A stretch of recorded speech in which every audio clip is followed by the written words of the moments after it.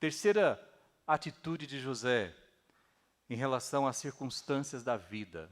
Ele cria, ele sentia, e por isso ele se comportava, olhando para as circunstâncias da seguinte forma: as circunstâncias que causam aflição são inevitáveis.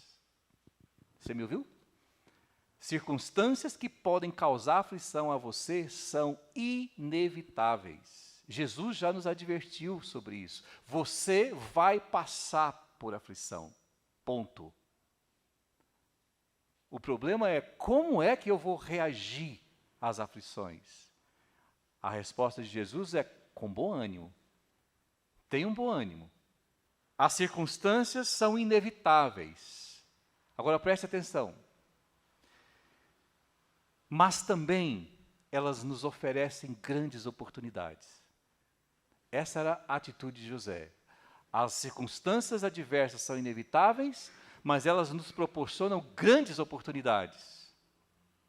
Mantenha uma atitude positiva diante das circunstâncias.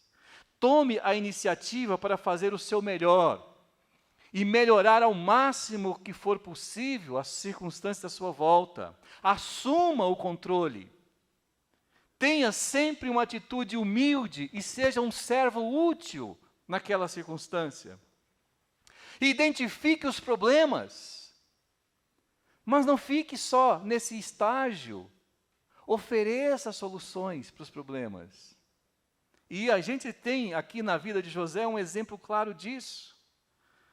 Quando ele chegou na casa do Potifar, ele não ficou esperando as coisas acontecerem, ele foi dando soluções. E o maior exemplo disso é quando ele chega diante do faraó. Irmãos, o faraó teve um sonho que deixou o homem acordado o resto da noite. E foi um sonho tão ruim que ele sonhou, acordou suado, assustado e ficou pensativo sobre aquilo, demorou para pegar no sono de novo. Depois de muito tempo ele dormiu de novo. E teve um outro sonho semelhante e acordou apavorado. Amanheceu de mau humor naquele dia, saiu levantando, chutando gato, brigando com os empregados. O homem amanheceu num mau humor terrível. Convocou todo o seu conselho e disse: eu quero que reúnam todos os sábios do Egito, porque eu quero uma resposta para esse sonho que está me importunando. E nenhum sábio do Egito foi capaz de interpretar o sonho do faraó.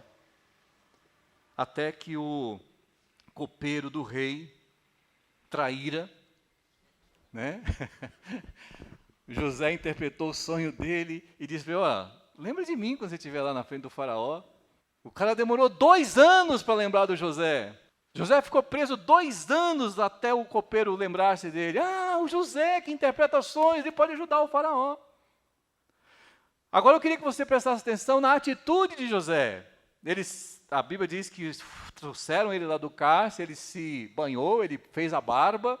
O José, ele se apresenta ao faraó. Agora, olha, irmãos, a atitude de José. O faraó diz: olha, eu fiquei sabendo que você interpreta sonhos. Ele diz: olha, isso não está em mim. Parêntese. Vocês já perceberam que os homens que tinham dom de interpretação, todos eles tiveram cargos nos governos? José, Daniel, tinham o mesmo dom. Se você tem esse dom de interpretação aí, você tem uma boa chance. Né? José, então, ele chega diante do faraó, e o faraó diz: eu fiquei sabendo que você tem o dom de interpretações. José diz: olha, parou? Isso não está em mim. Cabe a Deus dizer o que significa o seu sonho. Manda aí, conta, qual foi o sonho? E o faraó contou o sonho. Irmãos, o sonho de faraó não é bom. Portanto, José não tem uma boa notícia para dar para o faraó. Agora, eu quero que vocês prestem atenção na atitude dele. Ele diz: faraó, o sonho é um só. É 2, mas é um só. É 2 em 1. E por que é 2 em 1? Porque a situação é gravíssima. E é por isso que Deus fez você ter um sonho repetido com os mesmos, com elementos diferentes, mas com o mesmo significado, porque o caso é urgentíssimo. É seríssimo. Vem dias ruins aí pela frente. De onde vem a nossa expressão tempos de vacas magras, né? Vem daí. Vem um tempo de fome. E a fome causa morte, causa tristeza, causa desolação. São 7 anos, Faraó, de fome que virão aí pela frente. Mas o José, irmãos, ele não dá só a notícia ruim para o Faraó. Ele não só apresenta o problema. José, ele apresenta a solução para o Faraó. Ele diz, nós teremos 7 anos de vacas gordas. Nós teremos 7 anos de fartura. Nunca vai se produzir tanto no agronegócio como nos próximos 7 anos. Os bois vão engordarem, a lavoura vai bater recorde de produção, e vai ser ano após ano batendo recordes, e vai ter uma produção muito boa nos próximos 7 anos. Mas depois desses 7 anos, Faraó, aí acabou. Serão 7 anos de miséria, de fome, de seca, não vai ter colheita, ninguém vai colher nada. Agora, Faraó, a atitude de José. Se eu fosse o Senhor, quem é o José para dar conselho para o Faraó? Veja a ousadia. Ele não só apresenta o problema, ele traz a solução. Se eu fosse o Senhor, eu escolheria um homem muito sábio, para que ele pudesse, durante esses 7 anos de fartura, colher e armazenar e estocar muita comida, para que quando vier os 7 anos de fome, o Egito possa estar prevenido, e nós possamos acolher não só a situação do Egito, mas de todo o mundo. Ele apresentou o problema, mas ele trouxe uma solução. As circunstâncias da vida, elas vão nos apresentar situações adversas, pois elas são inevitáveis, mas nessas situações vai ter as oportunidades. José, ele então identificava os problemas, mas ele também apresentava as soluções. Eu aprendi essa lição há pouco tempo, não muito tempo, porque eu, como a grande maioria de nós é muito hábil, nós somos muito hábeis em detectar os problemas. Está vazando aqui. Aquela lâmpada lá atrás está queimada. Esses bancos estão velhos. Olha, a gente detecta os problemas, não é fácil? A gente não detecta com facilidade os problemas. Mas e a solução? Eu aprendi isso, sabe com quem? Esse homem aqui, Pastor João. Depois de chegar muitas vezes para ele, Pastor João, tem um problema. E você, que já levou um problema para ele, certamente sabe. Ele, depois de te ouvir, fala, bom, e o que nós vamos fazer?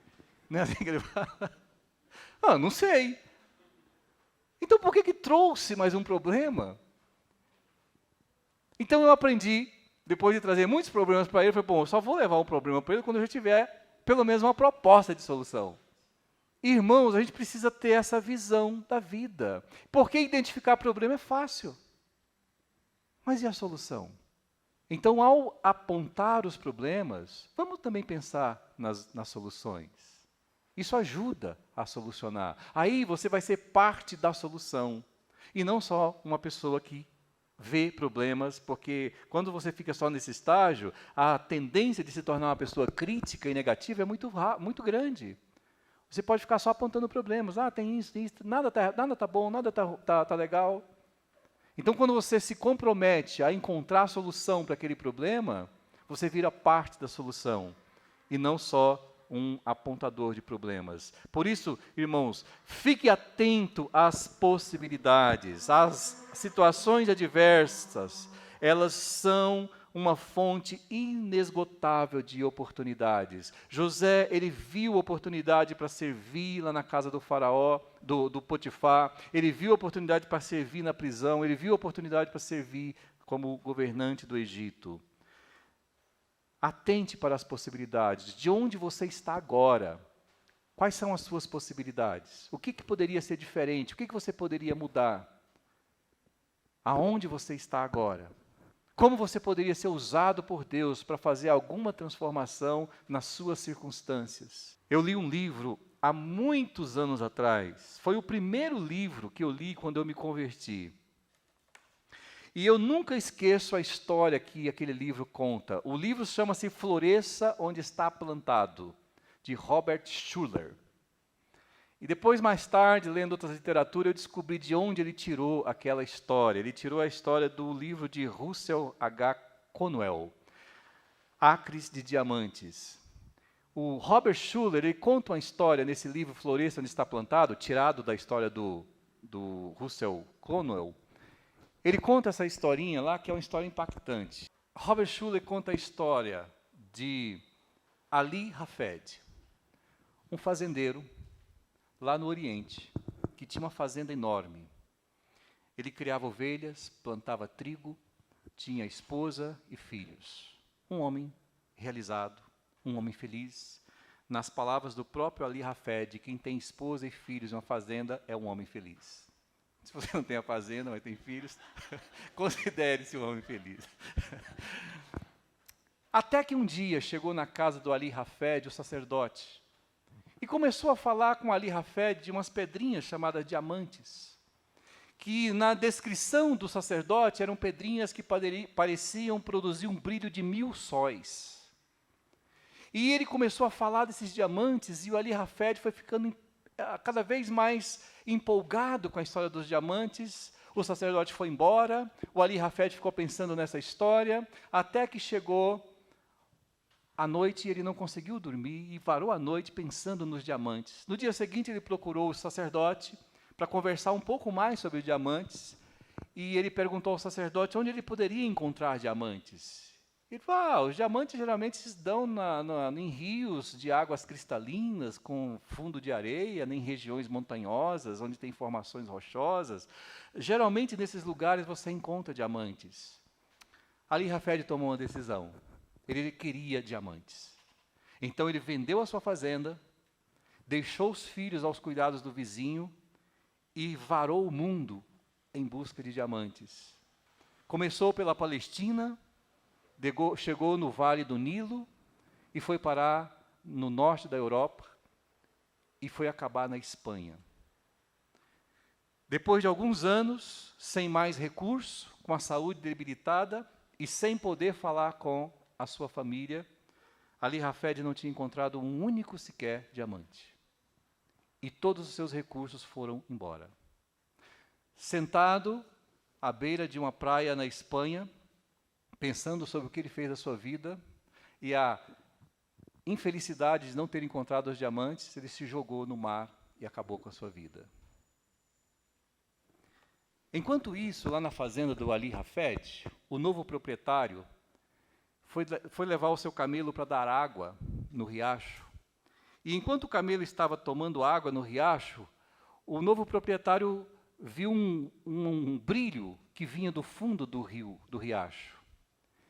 Aquele brilho ofuscou a sua mente, os seus olhos. Ele desceu do camelo e pegou aquela pedra, que ao virá-la, ela produzia um brilho que vinha das suas rachaduras, que era um brilho muito intenso. Levou para sua casa, colocou em cima da estante, e ela ficou ali por um tempo esquecida. Até que o sacerdote foi visitar o novo proprietário das terras do Ali Hafed. Quando o sacerdote entrou na casa, rapidamente ele notou a pedra em cima da estante. E disse, o senhor tem diamantes? E ele disse, não, essa pedra eu encontrei ali no riacho. E ao examiná-lo, o sacerdote disse, não, essa pedra está repleta de diamantes dentro dela. E onde o senhor a encontrou? No riacho, aqui no fundo do quintal, quando eu estava dando água para o camelo. E os dois então correram para aquele riacho, e, verificando no fundo do riacho, eles encontraram outras pedras, maiores do que aquela que estava na casa. Diz os dois autores que este riacho veio a se tornar a mina de Golconda, uma das maiores minas de diamantes do mundo, onde foi tirado diamantes para a coroa da Inglaterra e para as joias da coroa da realeza da Rússia.